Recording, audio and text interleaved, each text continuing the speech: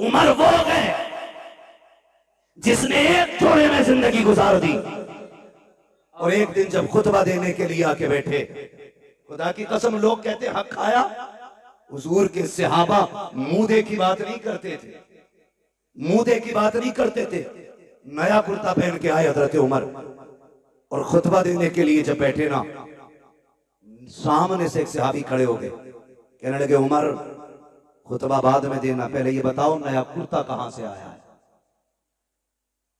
نیا کرتا کہاں سے آیا؟ حضرت عمر رو دیے، کہنے لگے میں اس کا حساب کہاں سے دوں؟ آپ کے بیٹے حضرت عبداللہ ابن عمر کھڑے ہو گئے، کہنے لگے اس کا جواب میں دوں گا۔ صحابہ نے کہا عبداللہ تم بیٹھو، بات تمہاری نہیں تمہارے باپ کی ہے، حساب ہی نے دینا۔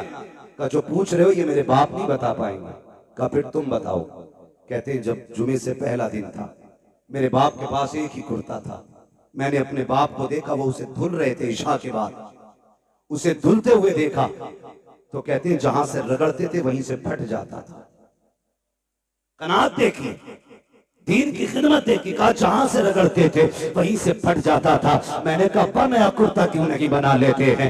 آنکھ میں آنسو آ گئے، کہا بیٹے میرے پاس اتنا کپڑا نہیں ہے کہ میں کرتا بنا سکوں۔ یہ کون کہہ رہا ہے جس کو رب نے 22 لاکھ مربع میل کی حکومت عطا کی ہے؟ یہ وہ بول رہا ہے کہ میرے پاس اتنا کپڑا نہیں ہے۔ میں نے کہا ابا جی ابھی مال غنیمت میں کپڑا ملا تھا، اس کا کیا کیا؟ کہا بیٹے وہ کپڑا چھوٹا ہے، تیرے باپ کا قد بڑا ہے، کرتا پورا نہیں ہو پاتا۔